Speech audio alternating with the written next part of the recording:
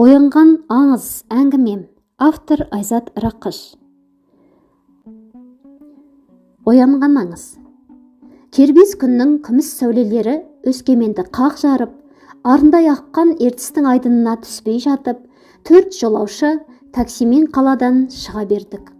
4 жолаушы, 4 мақсат. Ойымыз діттеген жерімізге маусымның ыстығына қалмай тезірек жету. Сәлем сауқатсыз жүрмейтін қазақтардың салтымен болар. Жеңіл көктің жүксалғышы аузы мұртынан шығып тұр. Басқаларды қайдам? Университеттің алғашқы курсын үздік тамамдап, ауылыма қайтып бара жатқан мен ерекше мәзбін. Шектен тыс шаттанғанымнан болар, жайшылықта жүйкеме тиетін шетелдік әуен қосылса да, кірпідей жиырыла қоймадым. Мағынасыз азан-қазан шу жүрегімде лапылдаған қуанышымды әлсірете алмадым. Жанға жылу жер бермес шатақ әуеннің шала бүлінген айғайына шыдай алмаған егде жастағы ер адам: «Бауырым, мына бәлекеттің айғайынан құлағым тұнып кетті. Өшірші» деп бұйрыққа бергісіз тіл қатты. Оған аққан жүргізуші жігіт көрінбеді. «Қалғанын қосайын ба?» деп әзілдей сөйлеп, үнтаспасындағы әндерді бірінен соң бірін ауыстыра бастады. «Терме жоқ па?» дедім, домбыра үннен ауыл иісін сезінгім келіп. Бұл сөзіме өзгелер күле қалсын. «Көлікте көне ғасырдың ары отыр ма? Терме тыңдап жыр-жырлайтын жастар бар ма өзі? Қай ғасырдан келсем де ауылыма бара жатқаным анық» деп жақтырмағанымды ашық байқатып, әр сөзімді нығарлай сөйледім. Қазақша заманауи ән қосылды да, мәшине ішінде тыныштық орнады. Махаббат жайлы ән ойға бастады ма? Әлде өзге бір білгендері бар ма? Ешкім тіс жарып сөйлемеді. Қаладан шыққанда тақтайдай тегіс жол сайрап жатқан едім. Жеңіл көлік қамшы салдырмайтын жүйріктей сыдыртып отырды да қойды. Ал қаладан іргені аулақ салғанымыз сол еді. Ұңқыр-шұңқыр, ойдым-ойдым азапты жол басталды. Темір болса да, мәшине ұңғыма жолдан кәдімгідей ыңыранып, қиналып өтеді. Ондайда такси жүргізуші қабағын шытып, өзі қатерлі өткелден өтіп бара жатқандай күрсінумен болдым. Тау ішіндегі бұралаң жолдармен абайлап өтіп, түске таяу арнасын кеңге салған ертістің жағасына келіп тоқтадық. Көліктегілер бірден далаға шығып жөн-жөндермен кетті. Маған салса, еш қаялда аял тұтпай жүре берсем тамаша болар еді. Бекетке кідіріп, түскі ас ішкен соң жүргізуші бастап, жолаушылар қостап, қайта орнымызға жайғастық. Ертістің ар жағында күршім тиіп тұр. Күршімнен ары 3 сағаттай жүрсек, өзімнің туған ауылыма алақандай жиделіме де жетіп қалармын. Ертістің қос жағалауын жалғаған көпірден жынды желдей жүйткіп өткен мәшине күршімге жете өгіз аяңға басты. Нағыз жол азабы енді басталды. Сілемі ғана қалған жолда темір тұлпар таспақа тырбанға ауысты. Жорғадай көрінген қара мәшине ақшанға тұншығып, әупірімдеп ілгері тартып келеді. «Әкімдерді ауыстыра бергенше жолдың бір қабатын жаңаласашы» деді билікке ашық өкпелеген орта жастағы тапал бойлы бірақ кеуделі келген ер адам, шұңқыршыларға толып шарасыз сұлап жатқан жолды нұсқап. «Ескі бастық есіркемесе жаңасы қайдан жарылқасын» деп жол бойы томаға тұйық отырған қырма сақал осы сәт баптана сөзге араласты. «Халықты осындай өмірге лайық көретін шығар олар» деп торыға әңгімеге кіріскен әйелдің жас шамасын ажырата алмадым. Сырттай қарағанда жас қыз секілді. Бет жүзін байқастасам, болашағы жүрер жолым осы дегендей әжімнің белгісі бар. «Мұна оқып жүрген жастар әкім болып елді қарық қылар» деп алдыңғы орындықта отырған жүргінші, неге екені белгісіз, мені сөзге көлденең тартты. «Мен мұғалімдік мамандықты оқып жүрмін. Әрі қосылғыштардың орнын ауыстырғанмен қосынды өзгереді деп күткеніңіз артық болды» деп оның қыжыртпасына жауабымды әзірлей қойдым. Отырғандардың бірі мырсылдап күліп, енді бірі құбыжық көргендей маған бұрыла қалды. «Соншама не айттым?» деп терезеден шаңытқан жолға қарап мен отырмын. Күн 5-нде ауғанда Боран ауылына тұмсық тіредік. Менен өзгелері осы ауылдың тұрғындары болып шықтым. Жалғыз мен үшін 8 шақырым жол жүруді қиынсынған пысықай жүргізушіге қосымша ақы төлеп едім, елп ете қалды. Сөлке байларым туған үйіме деген сағынышымнан садаға кетсін. Сүт пісірім уақыт жүріп, ауылдың батыс жағына кіре бердік. Бір таңғалғаным, кішкентай тақтайшаға ауылдың атын 3 тілде жазып іліп қойыпты. Облыс картасына бір ноқат болып түсу бақыты бұйырмаған жеделіге ат басын тірейтін ағылшындарды шынымен күте ме екен сонда біздің билік? 3 тілділік орталықтан алыс, өркениеттен ада, менің аядай ауылымды да айналып өте алмапты. Ауылдың шаңын шұбалтып, иттерін шулатып, шошақ бейіттің жанынан сымырап өте бердік. Жүз сипасқан жан болмады. Көшенің төмен жағын ала орын тепкен үйімнің бүйір тұсынан тоқтаған көліктен түстім. Бәлкім сырт көзге еңсесті мен тым қораш көрінетін шығар. Өзіме жұмыр жер бетіндегі ұжмақ сарайдан бір кем емес сезілетін шағын үйіме кіріп келдім. Сағынысқан ата-ана, шұрқырасқан бауырлар, келер күнімді шамалап отырған анам бар жылы жұмсағын дастарханға толтырып қойыпты. Өзімді аңсатқан апатайымның қызарып піскен домалақ бауырсағынан дастарханға отырар-отырмастан қомағайлана асап жібердім. Же ғой, қалада қайбір күйің жетісіпті сенің, деп анашым мені өбектеп жүр. Қалада маса шіркейі жоқ шығар, дейді оқушы сіңірім Айдана. Ертіс пен Үлбідей қос өзен болған соң қалада да маса аз емес. Бірақ мына қазіргідей түтеп тұрған жоқ деп, сіңірім ұсынған тостағандағы сусын көжеден бір ұрттадым. Шүйіркелесіп отырып шай ішілдім. Ауылдың амандық саулығын сұрап, тауыса алмай мен отырмын. Жарты жыл қалада болған маған жетім қаралақ пен жаңадан асырып алған құлағы мен төсі ақ күшіктің жайы да жаңалық болып саналады. Кешкі асқа қайда қазан көтерген анамның ақ-сары жүзінен қуаныш пен мақтаныш лебі барын сезіп қалдым. Танысы болмаса, қанша білгіш болса да оқуға түсе алмайды деп, кежегелері кер тартқан кейбіреулердің сөзіне құлақ аспай, мені Өскеменге бір Аллаға аманатсың деп өз аттандырған еді. Жоғары ұпаймен сынақтан сүрінбей өткенмен студент атанғанымда, тегін оқуға түссе де ақшасы болмаса қалада өмір сүре алмайды. Қала қатыгез деп қорқытып үркіткендерді елең қылмай, қалтама азын-аулақ ақша салып, қалаға жіберген де өзі болатын. Енді сол үміт ақталып, бірінші курсты сәтті тамамдап келген қазан іштей айналып толғанбай қайтсын. Бәленшенің үйіне қаладан түгеншесі келіпті десе, амандық сұрап, үлкен кішінің ағылатын салты ауылда әлі бар. Менің келгенінен хабардар болған көрші қолаң, кешкі дастарханда құдай қонақ болып, ортаны толтырып жіберді. Сұрақтары бітер емес. Мен құрлығасып келгендей, әр нәрсені бір сұртпақтап қоймайдым. Тілектерін аямай жаудырып, түн қараңғысында бір-ақ тарқаған қонақтардың соңын ала, мен де далаға шықтым.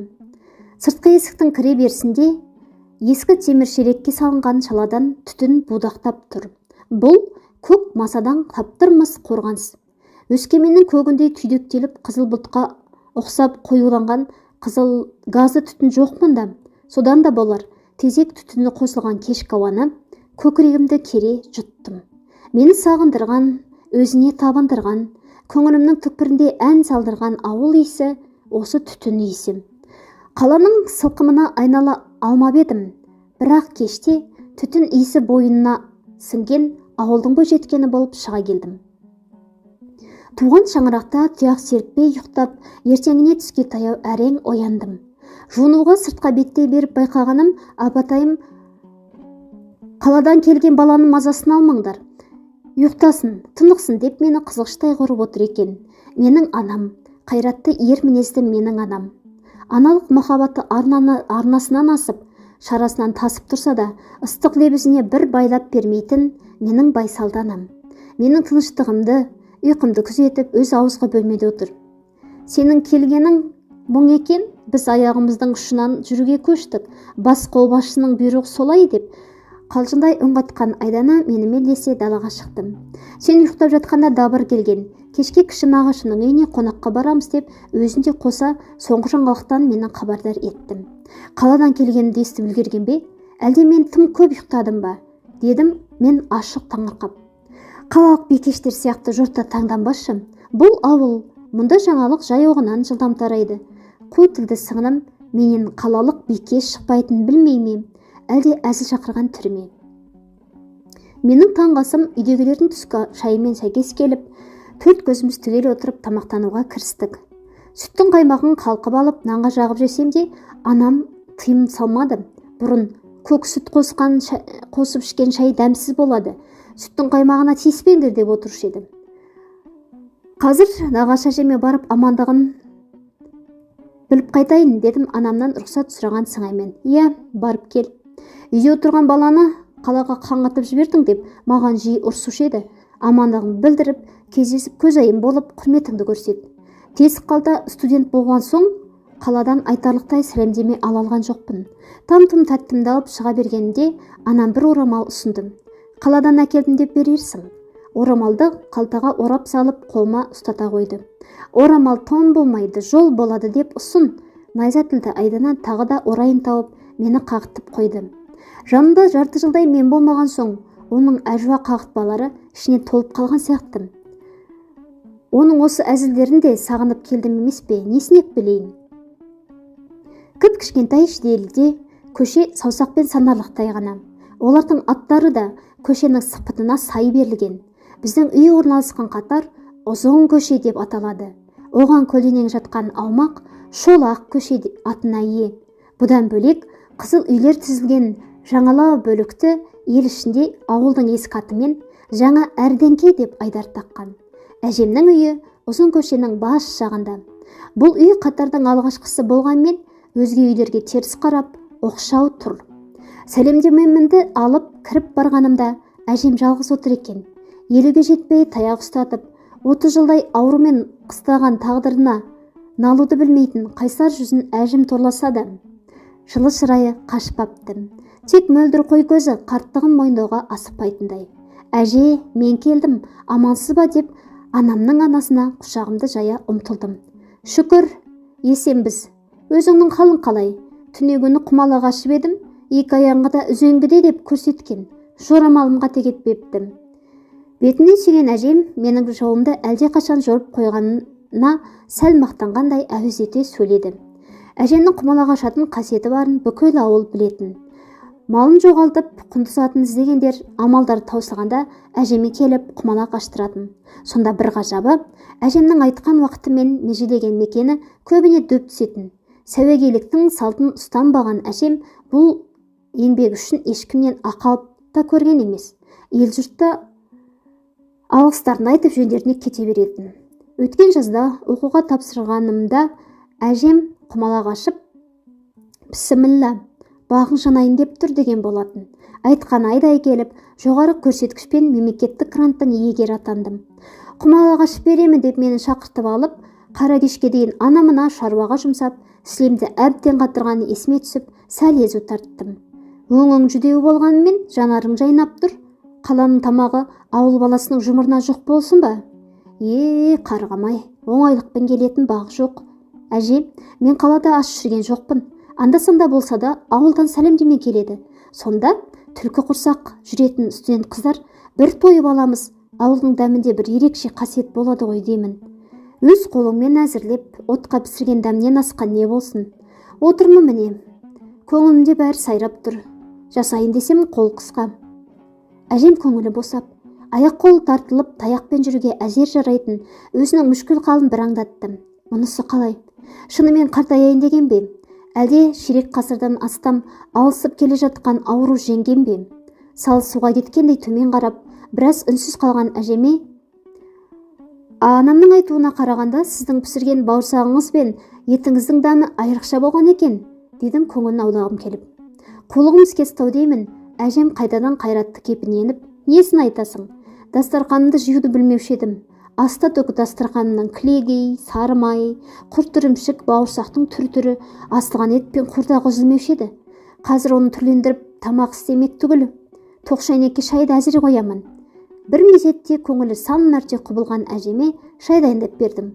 Ол орындан тұрмаса да, әр заттың қайда тұрғаннан емеурін білдіріп отыр.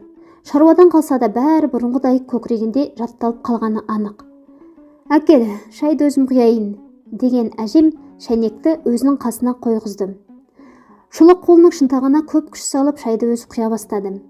Өзімнен басқаның құйған шайын құмаланып іше алмаймын. Қою қызыл шайға тары салып, оған сары май қосып, бірнеше кесесін төңкеріп салған әжемнің маңдайы тершіп, енді маған ақыл айтуға кірісті. Қалаға бардым екен деп, шашыңды қима, Бояу да жақпа. Өмір бояу жақпаған, бізде ел қатарлы жүріп жатырмыз. Әже, ешкім сізді 70-тен асып 80-ге сапар шегіп барады деп айтпайды. Көзіңіз жас адамның жанарындай, шашыңыз да өте ұзын. Тіпті қызығамын.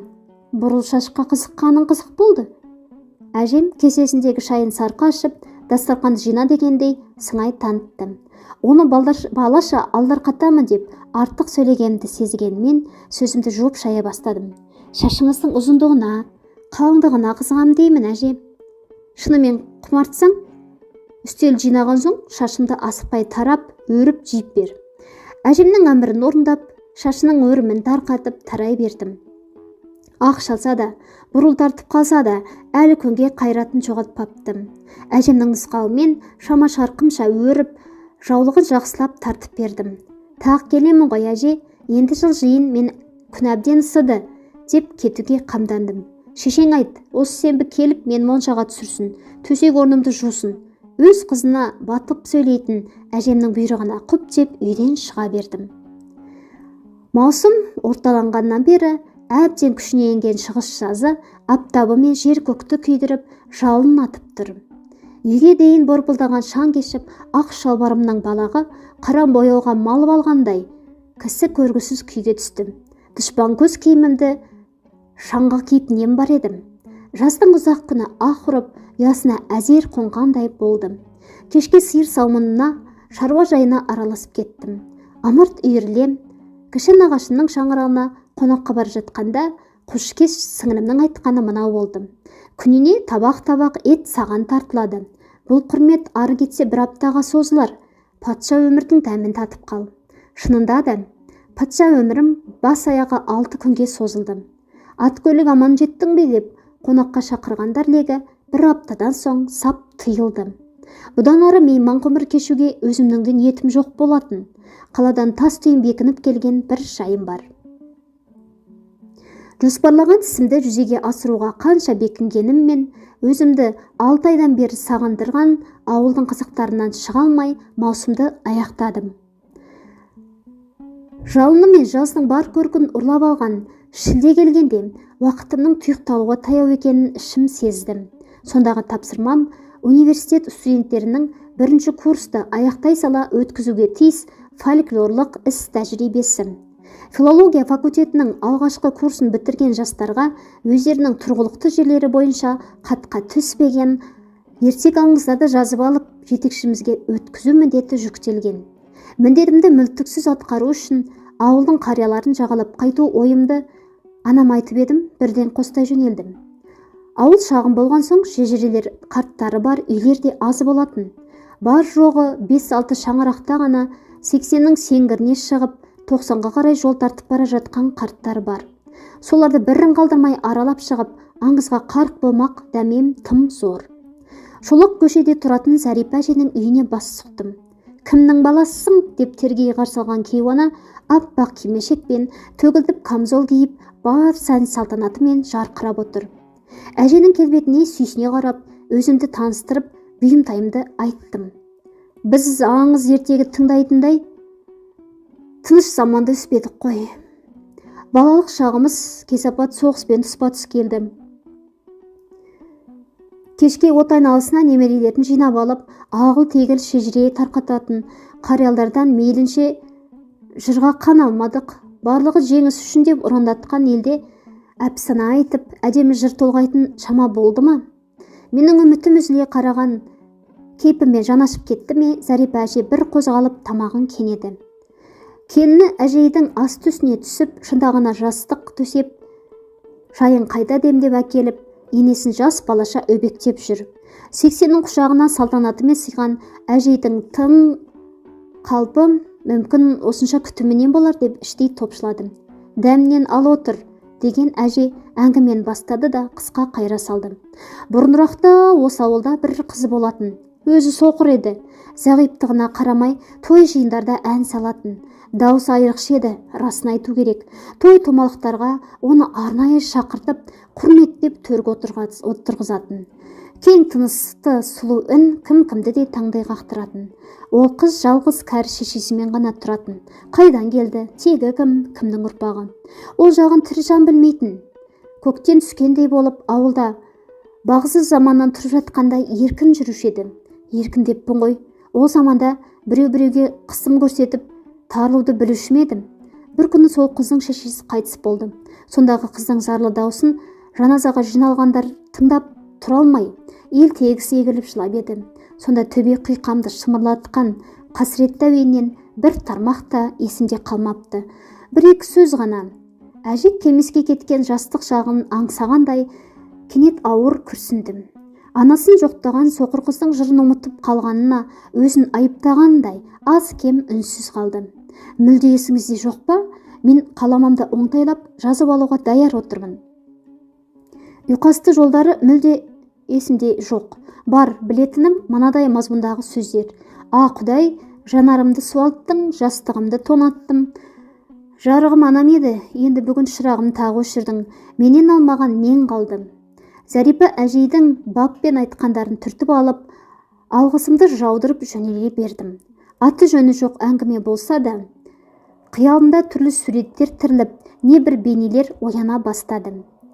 Кешке тезақ қалап, от жағып, тамақ қамдап жүрсем де, сіңірімнің бітіп бермес қалжыңдарына емен жарқын күлсем де, ойымнан әнші соқыр қыз шықпай қойды. Бүгін түсіме кірмесе ниеттім. Жазғы күн жер жақанды өртеп жіберердей халде өз тұтқыны еткеніне масаттанғандай орнына қонбай тұрып алды. Әлде күні бойғы ыстықтан мезі болған ауыл тұрғындарына қапырық ауада күннің отты сәулелері әлі тұрғандай сезілді ме? Күн соңғы шапағы мен күнбатысқа таяу үйіріле қалған бір шоқ ақша бұлтты ал-қызыл түске бояп мекеніне зорға оралды. Күнбатыс жақ талайға дейін алаулап, ертеңде есемді кетірмеймін. Бүгінгі көрген қызуларың ертеңінің шеті деймін дегендей аспан әлемін бояуына бөктіріп тұр. Жазғы түн самал желімен, салқын лебімен тіршілікті аймалай алмады. Әр үйдің ауласында масадан қорғаныш етіп, темір шелектерге түтін салып қойған. Болмашы жел бары түтіннің сәл қиыстай ұшқанынан байқалады. Кедені кере жұтатын жұпарауа жоққа жақын. Түн салқыны, түн соқымы ару ай көк жүзіне дөңгелеп шыққан кезде ғана ауыл үстіне тыныштық орнап, табиғат маужыр күйге ойыстым. Шағын бөлменің ішіне терезеден құйылған айдың аппақ сәулесі онсыз да жүйрік қиялма қанат бітірдім. Қарама-қарсы төсекте жатқан айдана пысылдап ұйықтап кеттім. Мен қиялмен арпалысып, түннің бір мезгіліне дейін дөңбекшіп жаттым да қойдым. Көзім ілінген сол еді, аңыздан ажар жиған, ертегі елестен таң ғажайып тосын сый алған әлемге ене бердім. Түсім бе, яки өңім бе? Түсімдейін десем, айналамдағы түр-түстердің бәрі айқын, тым мөлдір. Өңімдейін десем, мынадай ғажап табиғатты тірлігімде көрмеппін. Ертісінің жағасындағы орманды ауылда өскен қызға тау таңсық болып келеді. Алуан түспен құбылған тау етегінде мөлдір бұлақ көкке тік шапшып жатыр. Бұлақтың сылдырма, әлде оның өзіндік әні ме? Құлағыма жанға жайлы бір әуен талып естілді. Жан-жағыма қарап ешкімді көре алмай аң-таңмын.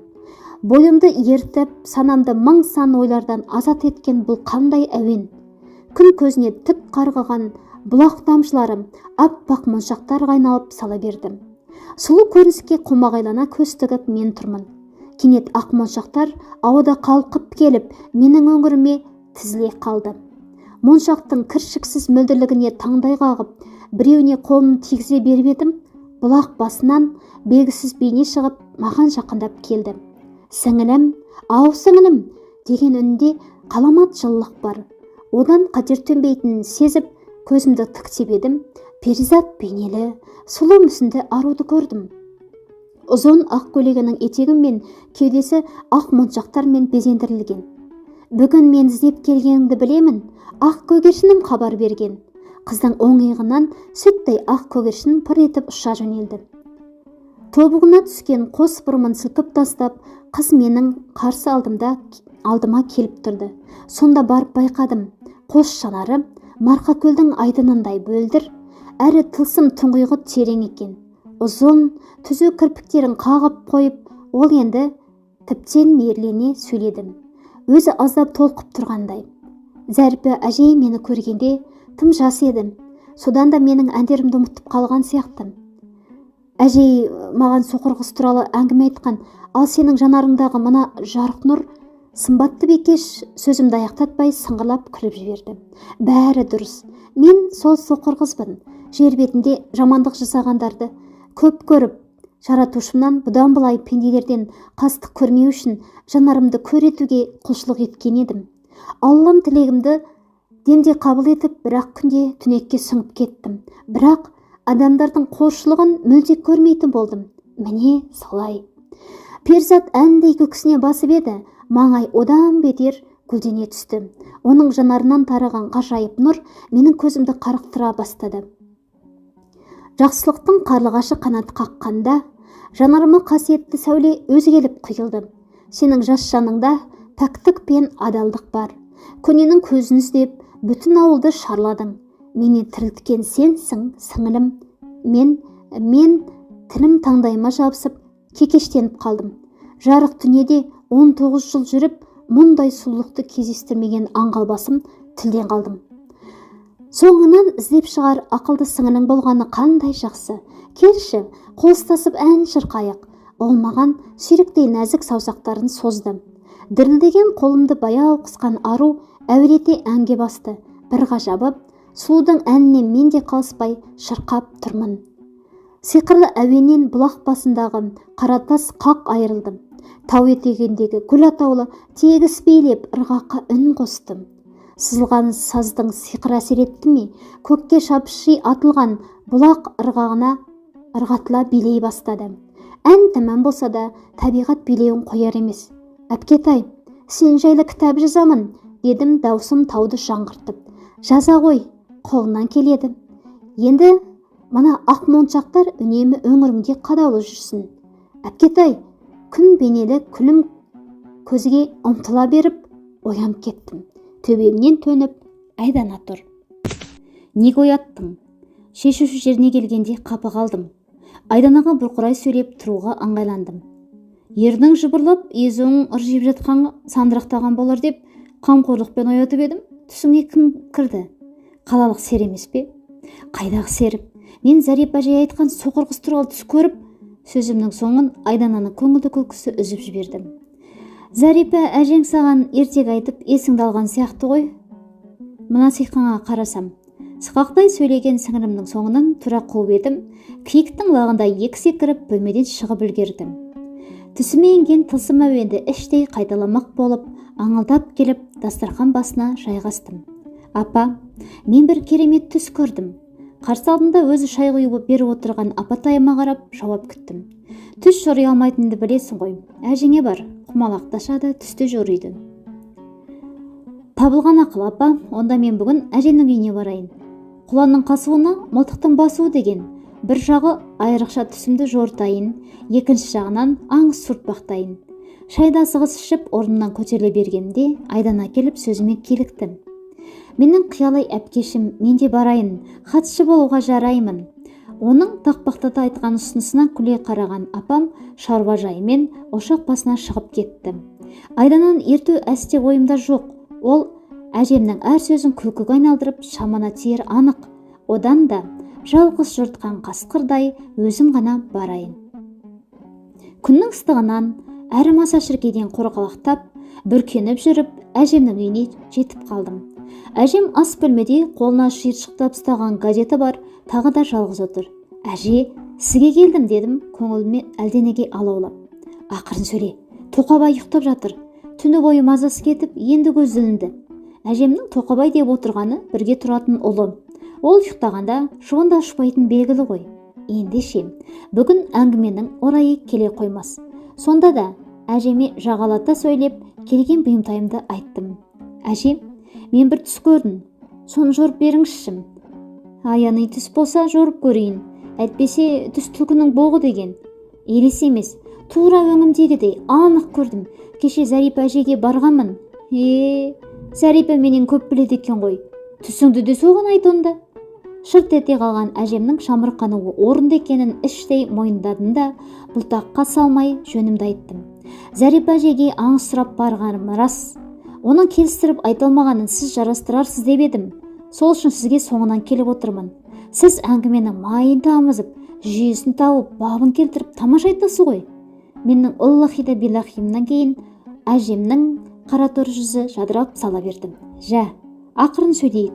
Тоқыбай ұйықтап демін алсын, дей отырып аңыздың шетін қылтитуға айналдым. Аңыз сұрап неге емесіне қинайсың?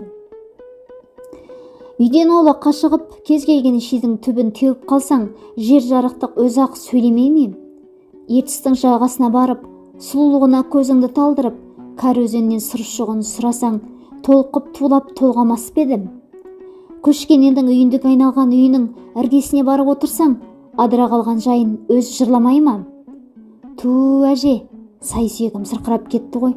Сіз айтқандай әрбір бұта, әр ши маған аңызын айтса, өткенін толғап, ақиқатын жайса, не арман? Аңыз айтшы дейсің. Біле білсең, жиделінің өз аңызы бар. Таптаурын болып өшіп қалған үш көшенің қасіретті шындығы бар. Біле білсең, ұзын көшенің қақ ортасында білдей пошта бөлімшесі, мәдениет үйі, кітап сүйері қауымға есігін кең ашқан кітапханасы, жанға керектінің бәр сөресінде сыңсып тұратын дүкені болған. Ауыл көшелері күндіз көрікті, түнде жарық болатын. Көшіп келіп жатқан еді есеп жоқ еді. Қазір бұл аңыз айтсаң, ешкім еланбайды. Өткен ауылдан қоныс аударғандардың саны жылма-жыл өсіп жатыр. Мәссаған. Менің ортадан төмен бойы бар, езінің оң жағында бармақ басындай қара меңі қозғалып тұратын, қос қолтығына таяқ қысып қалтақтап жүретін әжем ағып тұрған шешен екен ғой. Аяқ қолы тартылып, үй тұтқынына айналған әжетайым бәрін көкірек көзімен көріп біліп отыр. Шүйкедей қара кемпір көз алдымда данышпан сәуегей ел анасына айнала берді. Аңыз айтуға асықпаған әжем тау нөсеріндей төкпеледі келіп. Жиделінің жұмақ жыры бар еді. Көлденеңге аша бермес бөлтек сыры бар еді. Үңілгенге қойнын ашар тылсым қыры бар еді. Бұл күндері соның бәрі ғайып болдым. Құмға сіңіп жоқ болдым. Аруақ сынды ел аралап жүрген аңыз тіл ұшында шоқ болды. Жарты ғасыр артқа тастап, сол бір аңыз қайта оянып, көкіректерге от қойды. Даусын аса көтермей, баяулата сөйлесе де, үнінде белгісіз жігер, әлдебір орны толмас өкініш райы бар, әжеме қарап қалшедім да қалдым. Ой түбінде жатқан сөз, шер толқытса шығады деген сөз қалай төп айтылған. Жалғыз отырып үш құса болған әжем, қайран әжем, шешілер сәтін, ағытылар мезгілін күтіп, шерменде болып жүр екен ғой. Шер толқытқан көңілден қарақан басының қайғысы емес, бүкіл жиделінің баянды шағымен басынан бақ ұшқан бейбақ кезі таси берді. Қазір алақанға сиярдай болып кішірейіп кеткен ауылдың ажарлы да базарлы кезі көңіліме елес берді. Жаз жайлауы Алтай, қыс қыстауы ертіс бойы. Молшылықтың әнін шырқап, берекі бірлігі судай тасыған жиделі көз алдымнан көшкен керуендей бір жалт етті. 90-ның тоқырау жылдары түнеріп келіп, берекенің әні тасып, сәні асқан жиделінің бақыт шымылдығын түріп тастады. Түнек жылдар елді туралатып, бақыт әні сап дейілдім. Жұмыссыздық жайлап, қайсы бірін қалаға бездірдім. Енді біріне шаруаның жайын таптырмай, әттеңен ай дегіздім. Жиделінің басын қуаныш пен қайғы бұлты қатар торлады. Зор қуаныш, тәуелсіздік рухы елді нақ тұрғызды. Бір қайғысы, асқақ рухты азық еткен аш құрсақ қазақ ауылы маң күрсінді. Кино кадрларындай тізбектелген оқиғалар желісін әжемнің қоң даусы үзіп жіберді. Күрсінумен күн өткізген, шаттанып тұрып көзін жасқа шылаған жалғыз жедел ғой деймісің? Бұлайша егеменмін деп тұрып, еңсен көтере алмай, тұрмыс титықтатқан ауылдар елімізде қаншама? Біздің ауыл, солардың бірі. Уылжыған жас өмірдің, азат күннің көлеңкесінде қалған жиделіңіздің аңызын айтып берейін. Әже, нағашым оянған секілді, әлде біз дабырлап мазасын алдық па? Әжем ішке құлақ тұрып сәл отырды да, тоқ шайнекті ымдадым. Шай дайындады екен емеурінін ерін ұшынан ұғынып, шай қамына кірістім.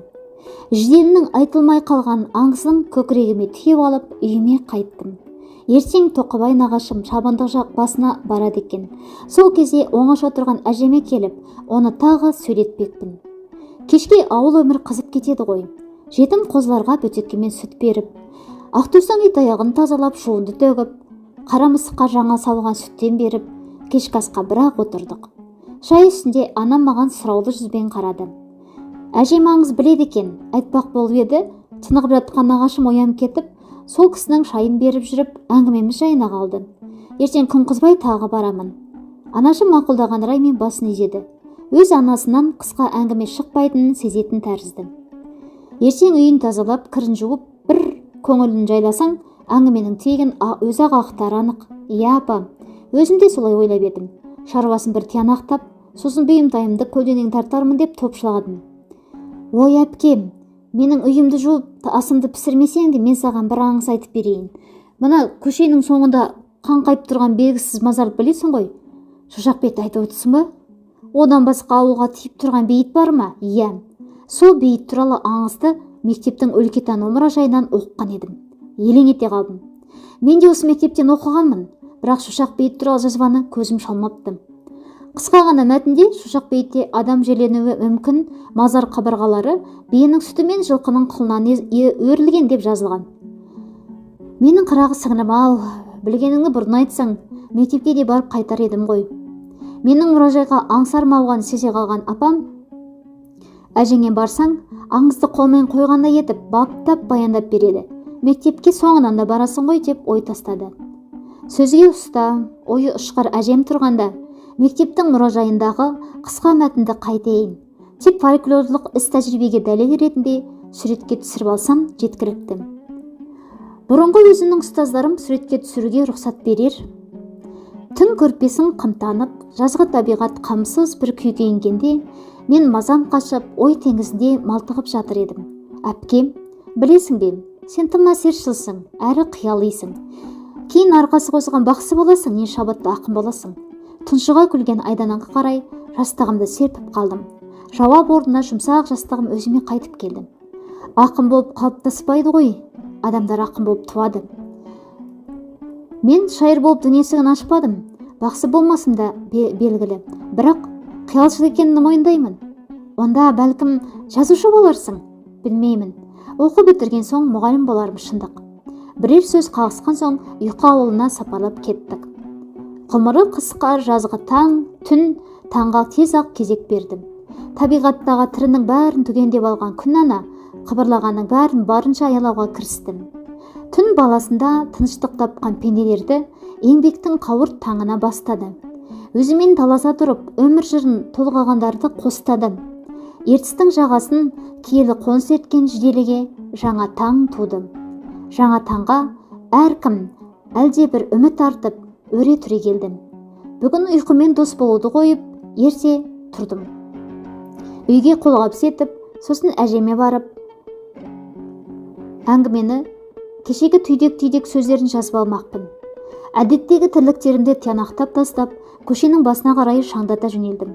Соңғы бір айда жауын жаумай, жер ананың кенезесі әбден кеуіп тұр. Ауылға күңірек күз ерте келгендей, көңілсіз сары түс әр жерден көз көрады. Жол бойынан көшіп кеткен ауылдастардың үйіндіге айналған жұртын да байқадым. Сол үйлердің жүдеу жұртына қарап, ауылдың қиюы қашқан, белгісіз мұнар басқан сиқы көргендей болдым. Жүрегіме жүдеу сезімдер ұя салып, тамағыма өксік тірелдім. Азат едің ауылда ғажап болса жарасар еді ғой. Неге біз азат бола тұра ғажап бола алмаймыз? Жүрегімді жексұрын сезімдер жұмалап, әженің үйіне келгенімді байқамай қалдым. Ол да мені тықырши күтіп отырғандай көрінді. Бәлкім шер тарқатар сәтін аңсап, іштей ағатылар мезетін тағатыстана тосып отырған болар. Әйтеуір жүзінде бір жасын бар. Амандықтан соң әңгімені әжем өз тірілттім. Кеше бірді айтып бірге кеттім ау. Сені түсініп үлгердің бе білмеймін. Жиденнің келмеске кеткен өткенін аңыз қылып айтпақ едім. Соны сен қатқа түсірсең, шер шөккен көңілімді бір демелер едім. Әжем, жиделі аңызының тамыры тереңде тәрізді. Маған ел ішінде жүрген аңыздан бастап айтсаңыз. Мен саған ертек айттым ба кеше? О несі? Әдірәм қалғыр, ауылды аңызға айналдырып айтсам, жазып алуды ғана білмейсің бе? Әже, кеше сіз шабыттанып сөйлеп кеткенде, көзіме алқалы топ алдында сөзіне дүйім жұртты ұйытқан ел анасы келгені рас. Сіз от тілді, орақ ауызды шешенсіз, мен тыңдауды ғана білейін, тек керекті жерін жазып аламын. Қырсықтап әжем әлден уақытта барып сабасына түсті. Сабырына оралғанын мына сөзінен байқадым. Түс шөрпір деп едің. Сол түсің баяндашы. Әже, білесіз бе, Абылай хан түс көргенде жорын бұқар жыраудан ғана сұраған екен. Сен Абылай болмасаң да, оқыған бір үлкен боларсың. Мен бұқар болып жарытпаспын. Кәне не көрдің түсіңде? Жорып байқайын. Әжеме соқыр қыз туралы түсімді тәптіштеп баяндап бердім. Қыздың сұлулығын айтуға тілім жетпей, көзімді жұмып тамсана бердім. Әжем сәл отырды да сөзін жалғады. Аян берген екен аруақ. Сенің жазамын деп түртінектеп жүргеніңді сезген сияқты. Ақ моншақ бергені, аңызды ел кездірмей қағазға түсір дегені. Бірге ән салайық дегені, аңыздан ақиқаттың шұғын тауып, жанымыз бірге бірлесін дегені. Қалай тамаша айттыңыз, әжетай, жорыңыз тура келсін. Осы сен шынашақтай болып сөз саралағанды қайдан білесің? Әжем сүйсінгеннен мен мақтап жіберді. Сізге тартқанмын ғой әже, орта бойым, шақтай жаңған көзім, суырып салма өткір сөзім, бәрі сізден берілген қасиеттер. Бұл сөзіме әжемнің көңілі көтерілген сонша, ол бірден аңыз оқиғасын баяндауға көшті. Өзім тұспалдағандай үйін тазалап, кірін жуып, әжемнің көңілін табудың қажеті де болмай қалдым. Оның аузына телмірген мен мәңгі мызғымас ұлы уақыттың тура 100 жылға кері шегініп, қым қиғаш алмағайып заманның көріністеріне кезек бергеніне куә болдым. Шығыс өңіріне аты аян Жанғожа батырдың мырзалығы, дархан көңілі, тіпті өнер десе ішкен асын жерге қоятын серлігі ел аузында аңыз болыпты. Батырдың елден асқан байлығы оның атағын әйгілей түсіпті.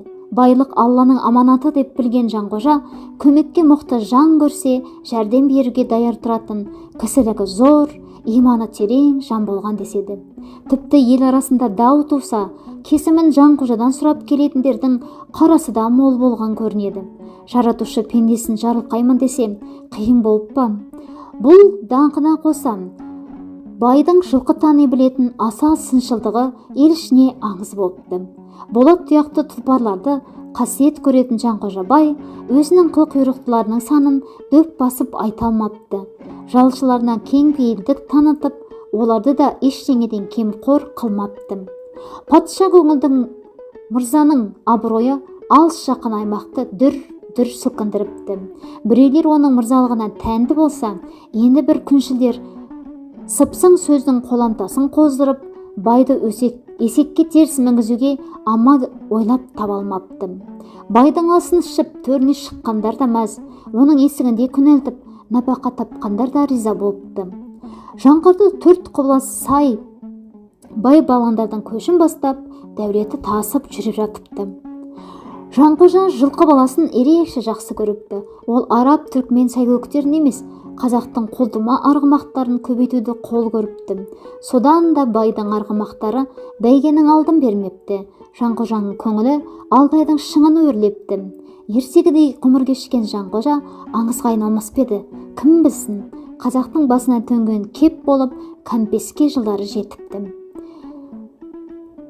Енді құрылған қызыл үкімет көшіп қонып еркін жүрген қазақты иіріп қайырыпты, жаз жайлауынан айырыпты, қыс қыстауын тарылтыпты. Қылышын асынып, мылтығын шошаңдатқан шолақ белсенділер, екі аты, бір сауын сиыры бар кедейлердің өзін байдың құйыршығысың деп ит жеккенге айдапты. Ол жақтан ешкім тірі қайтпапты. Бұл зауал Жанғожаның басына да қара бұлт болып үйірсе керек. Батыр, бай, әрі мырза Жанғожа Қызылдың қоқаңына шыдасын ба, бір түнде ауылымен бірге жым-жылас көшіп кетіпті. Жет атасынан бері жинаған байлығы әлдекімдерге олжа болғанын көргенше, итжеккенге айдалып, ит өліммен өлгенше, жат елді сағалап, Қытай жағалап кетуді артық санапты. Өзгелері де бұл ақылға мақұл десіп, ауыл Қытайға ауа көшіпті. Ауғаны сол Жолшыбай түз тағысынан да қауіпті қарақшылармен де кездесіп қылыш айқастырыпты. Жауына намысын бермеген Жанқожа ауылы мен ағайынын талай қысталаңнан аман алып шығып Қытай жеріне жеткен көрінеді. Қытай деген нағашысы емес қой. Бұл жақта да басынан әубет орнапты. Байдың жүзін терең әжім торлапты. 3 шәйленен көрген 12 ұл қызына қорған бола алмай, жазған басы әбден сорлапты. Өз елінен өгейлік көріп, бөтен жұрттан кемістік көріп, мырза жүдеп шыдапты. Ішкені ірің, жегені желім болып, тым арып ашыпты. Ат құлағында ойнаған арда көңіл батырдың қуаты кеміп, дәрмені қашыпты. Өз малына өзі иелік ете алмай, кісі елінде құты қашыпты. Байлығының көбін Қытай басыпты. Жанқожаның жанынан артық көретін Бозғыран деген сәйгүлігін бір түнде жау алып, бай жер бауырлап жатып қалыпты. Бозғыранның кеткені, қолдан бақыт кеткені, басынған жаудың арғымағыма мініп алшаң басқаны, сүйегімнен өткені, ажалым жетсе не шара, мен туған жеріме, аяулы шығысыма, қайран ертістің жағасына арулап жерлеңдер, көпке ұзамаспын деп ағайын бауырларына ақыл салыпты. Жаның аман болса, Бозғыранның талайын тақымдап мінерсің. Қызыл өкіметтің қызуы басылса, елге де жетіп, қауыммен қауышып күлерсің деп ауыл ақсақалы өзі де сенбейтін жорамал айтып, Жанқожаны жұбатпақ болыпты.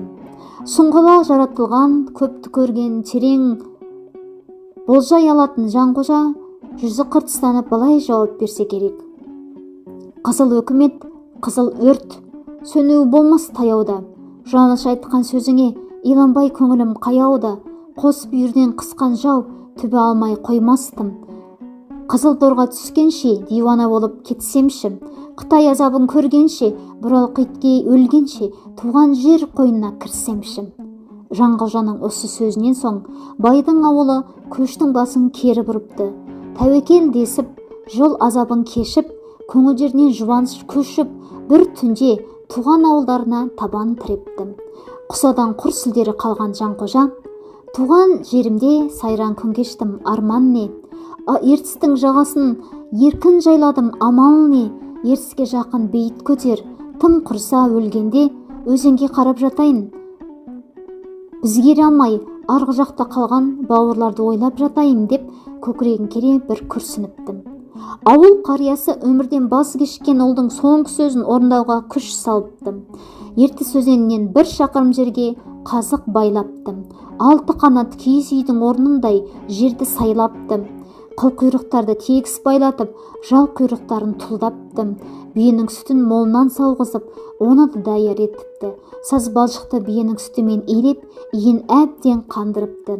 Иі қанған балшыққа жылқының қылын малыпты.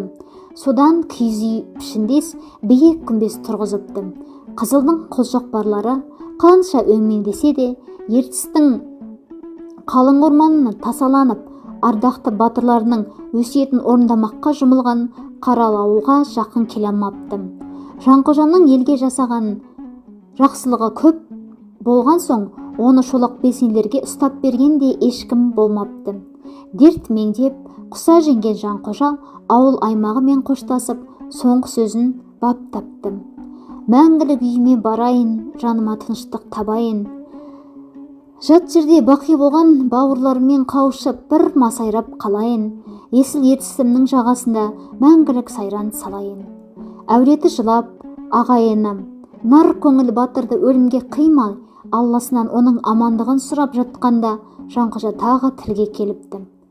6 қанат ақ орда болсын, маған бұл мазар, басымнан өтті хан базар. Ұрпағым, аман болсаң егер, айналып мұнда келерсің, қызылдың мәңгі тұрмасын көзіңмен сонда көрерсің. Қош деп үзілген қайран батыр өзі өсиет еткен сол мазарға желенсе керек. Ауыл аймағы оның артын күтіп ұзақ отыра алмапты. Қызыл өкіметтің лаңынан сескеніп, Қытай асып, Үндістан жетіп, кейін Түркияға табан тіреген деседі. Жанқожаның мазары делінген сол бейіт ертіске барар жолда ауылдың оңтүстік бүйірінде әлі күнге тұр. Қанша күн жесе де, қасыр жері кемірсе де, батырдың өзіндей мазары да уақытқа бой бермепті. Төбесі шаңарақ тәріздендіріп өрген 6 қанат киіз үй орнындай аумақты алып жатқан бейіт ішіне сыр бүгіп, ақиқатынды білер қайсың бар дегендей күбірлеп тұр. Иә, күбірлеп тұр. Мазарға қадам бассаң болғаны, іштей өз-өзіне жаңғырығып, өктем үннің, батыр кешкен рухты күннің елесіндей күмбірлейді де тұрады. Өзінен тараған ұрпағы келіп, сырларса сәтін күтем екен. Қазақтың бір батыры болды ғой деп, өзінен өнегелі өткен сұрап, көкірегі сәулелі жақсы келер деп күтеме? Әлде уақытта кеткен қарымтасы бардай ұдайы ұлып тұрамам? Қазағына айтар қасіретті шындығы бардай, шығыстың аяз сақылдап, ақ түтек бораны бұрқылдап, ертіс орманында қасқыр ұлыған түндерде азына ұн көтеріп, азалы дыбыс беретінде бар. Бүгінде ел сырт пошымына қарап, шошақ бейіт атандырған сол бір мазардың жайын бір аңыз осылай ақтарады. Неге бір аңыз дейсіз, әже? Әлде тағы бір нұсқасы бар ма? Елең ете қалып, әлде қашан суып қалған шайымды ішкен болдым. Ал әжем кәрі жанары жалт-жұлт етіп, сөзім бөлмей, қыбыр етпей тыңдағаныма арқасы қозып кетті ме? Қоңырыны әдеттегіден қаттырақ саңқ ете қалды. Иә, тағы бір аңызда бұл Жанқожа батыр оқиғасы басқаша баяндалады. Оны кейінірек айтып берермін. Мүмкін ертең келерсің. Әже, мен бұл естігендерімді қағазға түсірім керек. Тамыздың соңында қалаға қайтамын. Ертең екінші нұсқасын айтып беріңізші. Қила өтініп әжемнің келісімін алдым. Әже, дедім, Жанқожаның дәурені жүріп тұрған заман елестерінен шығалмаған күйім. Әже, бірер ғасыр бұрын тусаңыз, нағыз жыршы болар едіңіз. Аңыз оқиғасын жүйе-жүйесін түрлендіре тіл бітірдіңіз. Сіз айтқан жайттар елес беріп, Жанқожаның тағдырын өз басымнан кешкенде күйде отырмын. Көп жасаңыз, әже. Адам қартайғанда бір бала деген қазақ сөзінің шындығы мың батпан. Менің мақтауымнан әжемнің көңіл тұлбары шарықтап, шабытқысы қауықтап қолына қона қалды. Жә, мақтап қоймадың ғой. Ендеше екінші түрінде тыңда. Ана дәптеріңе керектісін жазып ал. Маған қарап аңқиып отыра берме. Қағаз қаламымды аңғайлап, жиналмаған дастарханның бір шетін ысырып тастап отыра қалдым. Құлағым түреді, көкірегімде Жанқожа батыр заманы сайрап тұр. Тек бұл екінші нұсқадағы аңызда батыр өлмей бар арманына жетсе екен. Бұл аңызда да баяғы Жанқожаның жайы баян болады. Әжем тамағын кенеп қойып, шешендік дағдысына басып, сөз арасында аңылдап бәсеңсуді білмей сөзін сабақтап әкеттім. Қара ертістен қанып ішкен Найманның бір баласы Жанқожа маламан қырған, ұл-қызы өсіп өнген, ошарлы әулеттің тірегі болған көрінеді. Төрт түлігі сай, көңілі жай мырза Жанқожа дүркіреп дәурен сүріптім. Пәрмені алыс жақын атырапқа бірдей жүріптім. Бәріне бұрын оның батырлығы елдің еңбектеген баласынан еңкейген қартына дейін мәлім болыптым. Кешегі ақтар қашып, қызылдар қуған аумал төкпел заманда батыр ауылын ақтың табанына таптатпапты, қызылдың қысымына ұшыратпапты. Сөйтіп жүргенде кеңес үкіметі орнап, кедейге теңдік беру ұраны көтеріліпті. Орта дәулеттілердің өзі байға саналып, ит жеккенге айдалып жатқанын көрген мырза өзіне бір тықырдың таянғанын іші сезеді. Кедейлер тегіс кеңесті қолдаймыз десіп, Байекеңе қорған болар тірі жан қалмапты. Әрі байлардың мал-мүлкі кәмпескеленіп, өздері жалаңаш жалпы Сібірге айдалғанын көрген Жанқожадан маза қашыпты. Сенімді адамдармен ақылдасып, ақыры бір шешімге келедім. Қанда төкпейміз, жанда бермейміз. Ата-бабамыздан қалған дәулетті өзгелерге үлестіріп қойып қарап отырмаймыз. Қызылдың қылышынан қорқып, барымды тонатып, қалдырап итжеккенге айдалып бара жатсақ, жеті ұрпағымыздың сүйегіне таңба болмайма. Азаматым, батырым деп отырған өкімет жоқ. Ендеше ел неден тайсаламыз? Жол біреу-ақ, түн жамылып елден кету. Құлығына құрық бойламайтын Жанқожа байлығын сақтап қалудың амалына көшеді. Алыс жақынға кісі салып, Жанқожа ауыр науқасқа шалдықты. Төсекті артып жатыр деген қауесет таратады. Сөйтіп, қолындағы жылқысының құйрық жалын күзеп, биенің сүтін мейлінше жинатып, мазар салу ісін бастап жібереді. тірі адамға мазар тұрғызғаны қайсысқаным? Азамат тірі тұрып атын толдаушы ма еді, жаман ырым бастапты десіп, елші алып қашпа сөзге толыптым. Бірер күнде 6 қанат киіз үйдің орнындай бейіт құрылысы басталып кетіпті. Саз балшықты биенің сүтімен иілеп, ие қанғанда аттың жал құйрығымен кірпіш қалап бейітті көтере бастапты. Дүрбелең заман болса да, Жанқожаның көңілін сұрап көп адам келіпті. Келсе, батырдың нұрлы жүзі қуарып, өшіп бара жатқан шырақтай дімкәс қалын көргендер жандар ашып, бауырлар езіліпті. Тірі жанға қысастық көрсетпеген әділ де мейірімді бай алмағайып заманның құрбаны болып бара жатқанын көргендер көңілдері босап, Алладан Жанқожа үшін дұға тілепті деседі. Не керек, не желі күні мазар құрылысы аяқталыпты. Кенеттен қалы нашарлаған Жанқожа о дүниелік болған көрінеді. Шариғат шарттарын толық сақтап, арулап жерлеуге орыс өкіметінен тайсақтап, батырды жер қойнына берген күні аулы белгісіз бақытқа іс суытыпты. Тіпті соңынан мылтықтарын шошаңдатып қуа шыққан қызыл әскерлерге де ұстатпапты. Көне көздердің айтуынша, елден жыраққа кеткен байдың ауылын Жанқожаның өзі бастап шыққан тәрізді. Ол бар алтын күмісін өзі салдырған бейітке жасырып, адам қабірі тәріздендіріп тағыпты. Адам жерленген десе, мұсылман қауымның қабірді ашып, аруақты қорланмайтын жақсы білетін Жанқожа, осылайша қазынасын Қытайға асыра алмасын біліп, туған жеріне көмбетіп жасырыпты. Заман тынышталса, айналып келіп, байлығын қайта иемденбек ниеті болса керек. Алайда, кеңес үкіметі түбегейлі орнап, байларды тегіс кәмпескелеп, өз саясатының күшейте түседі. Қызыл өкіметтің құқайынан жасқанған Жанқожа байдың ұрпақтары да жасырулы көмбеге батып келе алмапты деседі. Бұл қауесет ел арасында тарағанмен, алтын іздеп қабірді ашуға ешкімнің дәті бармапты. Егер Шынтуайтында адам жерленсе, қабір ашқандар ел арасында тұрақтай алмасы анық.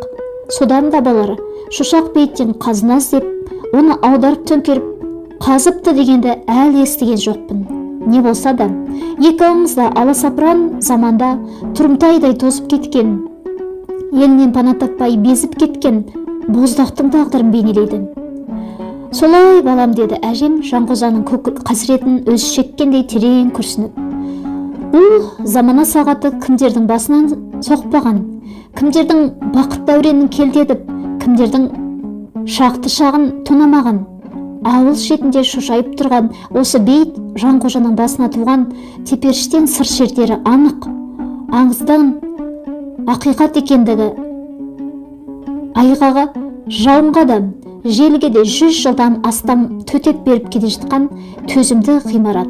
7-8 метрдей биіктігінен болар. Бейтке аяқ басқан адам әлде бір зор айғайдың елесін естиді. Әжем, сол бейіт біздің үйдің тура желге жағында.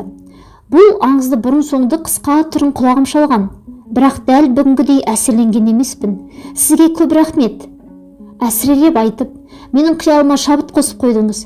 Әр жерін бір түртіп жазғаным болмаса, негізінен бәрін жадыма тоқыдым. Бұрыннан білетін болсаң, мен несіне мына жерде сайрап отырмын? Әдірім қыл, бекер жақ талдырып. Әже, үстірт қана құлағым шалған қысқа сөз сіздің баяндауыңызға қалай жетсін? Сіз өте-мөте бейнені баяндадыңыз. Құрғақ мазмұнын емес, оқиғаны түрлендіріп толғайсыз. Сол үшін тапжылмай отырып тыңдадым ғой. Ауызға 2 бөлмені жуып қояйын. Кешкі ас ішкенде салқындап жақсы тұрсын деп тысқа ұмтылып едім, әжемнің көңілі бір жолата жай тапты. Еден жуып жүріп, екі аңыздың біріне көңіл тиянақтаттым. Алғашқы нұсқадағы Жанқожа шынымен де батыр, парасатты мырза адам. Туған жерді сағынып, құсада мерт болған қазақ қаншама. Солардың бірі Жанқожа тәрізденіп, қабірде алтын емес, батыр жерленгеніне сенімім арта түсті. Ауызғы 2 бөлмені тап-тұйнақтай етіп жуып, салқындатып қойған соң кетуге ыңғай білдіріп едім, әжем сұрақ қойып тоқтатып тастады. Айтпақшы, осы айтқандарым газетке шыға ма? Әлде әншейін бос дүние ме? Газетке мақала етіп жазамын. Мүмкін археологтар келіп зерттесе, қай аңыздың ақиқат екені мәлім болар еді ғой. Жауабым әжеме түсініксіздеу болған сияқты. Археолог деген не істейді? Алтын болса қазынаны көтеріп кетер. Әже, Археолог, қарақшы емес, олар көмбелерді зерттейтін арнайы оқыған ғалымдар. Осы сөзімнен соң әжемнің түсінгенін байқап жылы жымидым. Кенет санамда бір ой жарқ етті. Неге аңызды айтып берген әжемді суретке түсіріп алмасқа? Бәлкім газет бетіне де суретімен шығып қалар. Ойымда жымей айтып едім, құптай жөнелдім. Бірақ суретке түсудің машақаты көп екенін мүлде ескермеппін. Әжем тойға барғанда киетін киімдерін ілулі тұрған жерінен алғызып, өзін киіндіруімді бұйырды. Шашын қайта тарап, әдемілеп өріп, аппақ кимешегін киген кезде ғана суретке түсуге дайынмын демесі бар ма? Байбалам салып суретке емес, тарихи құжатқа түсетіндей болып ентігіп отырғанда Тоқобай нағашым келіп қалдым. Әжем екеуміздің жау шаппай жаныққан түрімізге қарап мырс етіп күлді де кешкі астан қамын жасай бастады. Мен әжемнің оюмен зерленген мәсісін сандық түбінен әрең тапқаным бір бөлек, оны әжемнің аз қимылдайтын аяғына кигізе алмай қара терге түстім. Ақыры әжемді қазақы киімімен, оюлы мәсісімен бірнеше рет суретке түсірдім де кешкі қарбалас тірлігі басталған ауылды қақ жарып, төмендегі өз үйіме бет алдым. Аулаға кіре беріп едім, апамның ау-хау деп бұзауларын шақырып тұрғанын көрдім. Қолғабыс етпек болып елпілдей қалдым. Бұзаулар шақырғаныңызға келе қоймас, барып айдап келейін деп, апам меңзенген тұсқа шүңірей жөнелдім. Байқасам, тура шошақ бейіттің астыңғы жағында жайылып жүрген бұзаулардың үстінен түскен екенмін. Олар дереу айдап қайтпақ болдым да, ішімнен бір дауыс бейітке шақырғандай болдым. Бұрын жазғыстықтан қашқан сиырлардың көлеңкелейтін жері осы болатын. Енді есігіне ағаштан жасалған шиті қағып, байлап матап, мал кірместе етіп жауып қойыптым. Кім болса да аңызды білетін біреу шығар. Ағаш есіктің бер жағында тұрып ішке көз салдым. Кірпіштері аздап мүжілсе де, уақытпен тайталаста жеңіле қоймаған. Шаңырақ тәріздес, төбесі ашық. Жанқожа батыр туған жердің ауасымен тыныстап жатайын деп аманат еткен болар. Бейіттің ішінде тірі жан болмаса да, өз-өзіне жаңғырығып тұр. Қабыр ашылып, ішінен Жанғожабай атып шығып, ақиқатын айтып салардай сескеніп қалып, етекке қарай жүгіре жөнелдім. Жаңа ғана үшеуі бір шидің түбінде түртінектеп тұрған бұзаулар жым-жылас жоқ. Сағым ба, әлде жым ба? Олар да мен сияқты Жанғожаның бетінен қорқып қашып кетті ме?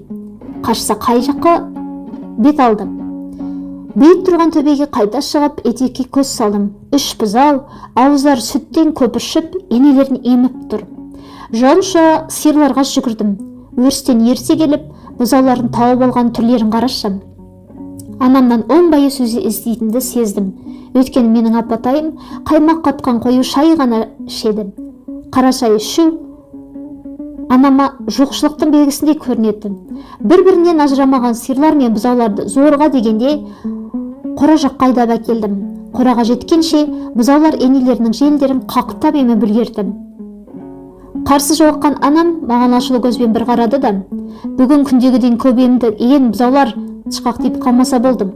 Қарап отырып, үш бұзауды өлтіріп алмасақ? Сөзін аяқтамай, өзінің де қара шай ішуге құлқы жоғын анық байқатқан анамның соңынан еріп үйге келдім.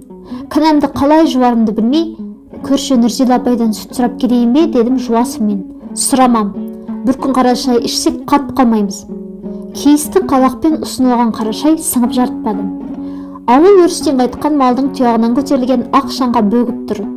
Оған масаға қарсы қойылған түтіндер қосылғанда жиделі, бейне бір тұманның тұтқыны болған меңіремекендей сезілді. Осын сирақ су масалары кешке шабуылды күшейткен. Сондықтан да сыртта ұзақ тұра алмай бөлмеме қойып кеттім. Ілияс Есенберлиннің Жанталас романын аштым да, келген жерден ары қарай оқи бастадым. Неге екені белгісіз, ойым басқаға алып көзім сүріне берді. Кітапты жауып қойып, еріксіз Жанғожаны ойладым. Сенікі де Жанталас еді ғой, Жанғожа. Байлық жиғаның үшін қоғамға жау танылдың. Туған жерден қуылып, ақыры дертті болдың. Дәулетің ұстағанның қолында, тістегеннің аузында кеттім. Ата мекеннен топырақ бұйырсын деп жанталастың. Арпалысың, көзің тіріде мазар салдырдың. Ертістің жағасында кең тыныстайын деп өсиет қалдырдың. Бейтің тұр төбе басында шошайып, ішіне сыр бүгіп. 100 жылдан астам уақыт жасырғаның көмбе ме, әлде қабір ме? Көксегенің байлық па? әлде қасиет қадір ме? Аңыздың алғашқы нұсқасын өнеге тұтып, ой айдында жүзіп жүріп, кірпігім айқасып кеттім. Ойға беріліп тұнжыраған қалпымды байқап, айдана да күндегідей әзілмен бастырмалатып мазамды алмады. Түн патшалық құрғанда адам баласына сыйлар тылсым құпиясы түс секілді. Өйткені адам қанша айлакер, қанша мақылды болса да, өз түсінің сценарийін ешқашан өзі құрай алмайды. Көзің ілінсе, түс деп аталатын елестер әлеміне қойып кетесің. Ол елестердің кейбір сандырақ тәрізді, енді бірі алыс арманға жетелеп жаныңа нұр құяды. Ұйқы ауылынан саяхаттаған сәтінде тұнық үш бейненің қатарынан табылдым. Мына қос бұрымына моншақты шашбау таққан ару жамандықты көрмес үшін санар семіп қалған әнші қыз. Оның ар жағында бозғырау түстес тұлпар мінген дулығасы күнге шағылысып, сауыт сайманы айбынын асырған Жанқожа батыр тұр. Алып тұлғалы батырдың даусы да зор екен. Мен Жанқожа батырмын, ертістің таза ауасы бойымды сергітіп, мәңгілік мекеніне бүгін суырылып шықтым. Сендерге қызыл өкімет мәңгі тұрмайды демеп педім. Иә, батыр ағам, дұрысын айттыңыз. Бүгін ақтар да жоқ, қызылдар да ғайып. Мүлде басқа заман орнаған. Жаңа заман тәуелсіздік деп аталады. Содан да зағип көзіме киелі жарық себезгілеп, дүниені жанарыммен шарлап мәзбін. Сұлу қыз батырға иеліп ілтипат көрсетіп еді, ол ат үстінен арғып түсті.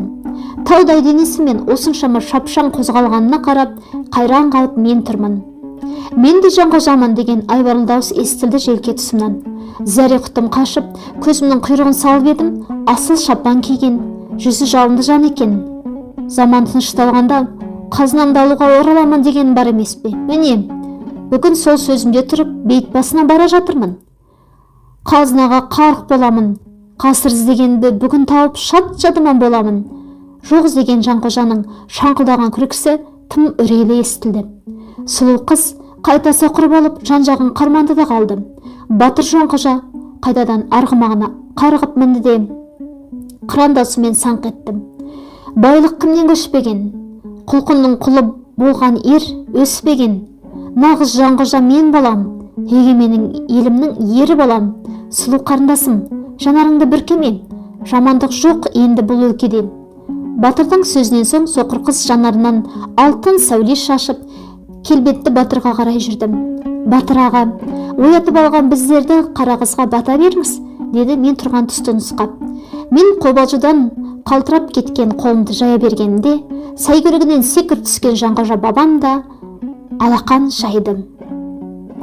Батырдың батасын алып үлгермей, шырт ұйқыдан оянып кеттім. Кешке үйге ұрланып кірген қара мысық өзіне жайлы жер іздеп мен төсегеме ырғып шығыпты. Қақырман бабамның батасынан құр қалған мен мысыққа ашуланып, оны жейкесін алып әудем жерге серпіп жібердім. Ұйқым шайдай ашылып ойға баттым. Ел ішіндегі аңыздарды жинаймын деп, өзім сол әпсана кейіпкерлерімен қоян қолтық араласып құрбы болып кетпесем жарар едім. Қап, батырдың батасынан құр қалғаным-ай. Түсімде көргендерімді қайта есіме түсіре алмадым. Бізді оятқан қара қыз деді ғой, өздері маған риза тәрізді. Иә, разы болмаса, тұлпарынан қарғып түсіп, маған бата беруге ыңғайланбас еді ғой. Өздері жайлы жазғанымды қалайтындары сөзсіз.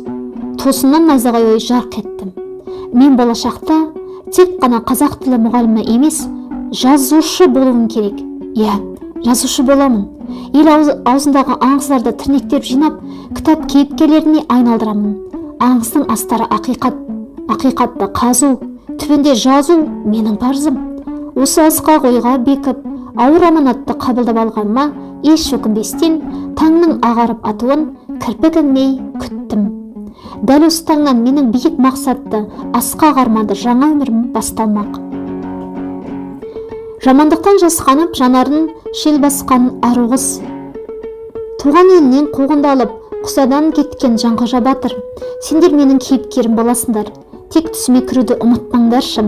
Әйтпесе арманға толы менің жанарым бүлдіршікке ашылануы мүмкін. Ұмытпаңдар менің. Әжемнен естіген аңыздарымды жүйелеп жазып, тамызды тамам еттім. Қалаға кетерден бір күн бұрын әжеме арнайы барып қоштасып шықтым. Мен өтінбесем де, әжем құмалағын шашып жіберіп, маңдайың жарқырап тұр екен. Сен алақандай ауылға сиятын қыз емессің. Алдың жарқын, бет алысың байтақ, деді астарлай сөйлеп. Ертеңіне ауылға шақыртқан таксиші таңға қарай жетіп келді. Үй ішімен қош айтысып, көлікке отырдым. Тағы да шошақ бейіт жақтан өтіп барамыз. Бұл жолы күбірлеп бетімді сипадым. Көлік жүргізуші жаңғырыққан музыканы баяулатып қойдым. Үш түрлі аңыз жүрегімде оянып, жеделден Өскеменге қарай жол тартқан менің көңілімде атой салып бара жаттым. Соңым.